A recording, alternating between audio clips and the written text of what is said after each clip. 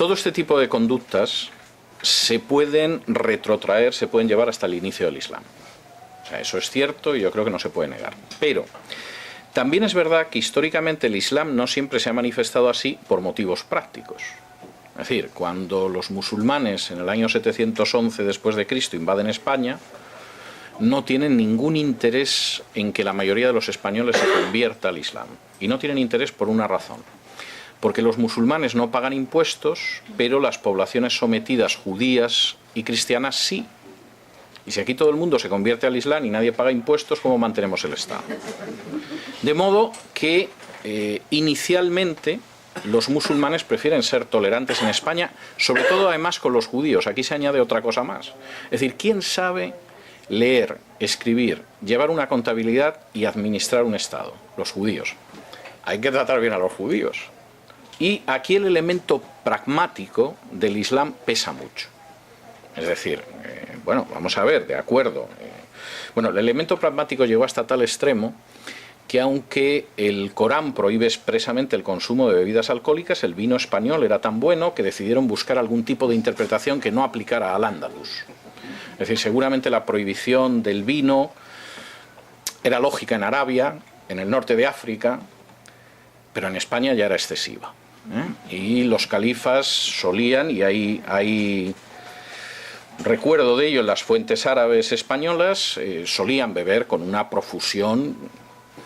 Espero que nadie se ofenda, que cualquiera hubiera dicho que eran irlandeses. O sea que realmente esta es la situación, ¿no?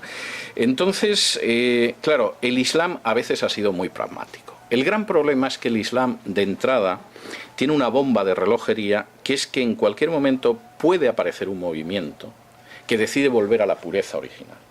Y la pureza original es terrorífica. En el caso de España hubo 3 invasiones que venían del norte de África de movimientos que ahora llamaríamos fundamentalistas o integristas, ¿no? Que eran los almorávides, los almohades y los benimerines. Cuando esta gente desembarcaba al otro lado del estrecho en España, lo primero que hacía era atacar a los musulmanes que no eran tan buenos musulmanes como ellos pensaban. Ese fenómeno lo estamos viendo aquí. Si alguien tabula el número de asesinados por organizaciones terroristas islámicas en todo el mundo, no estoy hablando del caso de las Torres Gemelas, en todo el mundo, la mayoría de las víctimas son musulmanes. Es decir, el musulmán que no cree como debe creer y no actúa como debe actuar, es un personaje al que hay que abatir el primero, porque ese es un apóstata. Es decir, los otros son infieles, ya de entrada sabemos que de los judíos y de los cristianos no puedes esperar nada bueno. Pero que un musulmán no obedezca lo que tiene que obedecer, es decir, el hecho del Corán más la tradición islámica, es intolerable. Y eso provoca una lucha intestina dentro de los distintos países que es absolutamente despiadada. Entonces, eso sucedió en España. La llegada de cada grupo integrista implicaba que los judíos o se convertían o se exiliaban o huían. Y de hecho, personajes extraordinarios como Maimónides pues tuvieron que huir de España porque acababan con ellos. Pero los musulmanes que no eran tan extremos, como era el caso de Ibn Rushd, de Averroes, que es un personaje contemporáneo de Maimónides y que era un musulmán, tuvo que marcharse a otro país islámico más tolerante en el norte de África, porque en España lo hubieran matado. Empezaron quemando sus libros y después lo hubieran matado a él.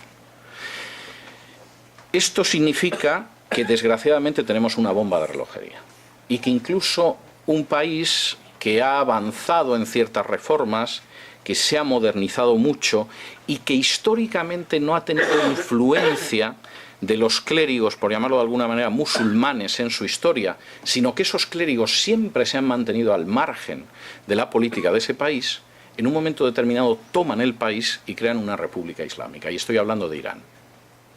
Claro, yo sé que la historia de Irán no es de conocimiento generalizado, pero la historia de Irán precisamente se caracteriza por el hecho de que los ayatolás siempre han estado al margen de la política.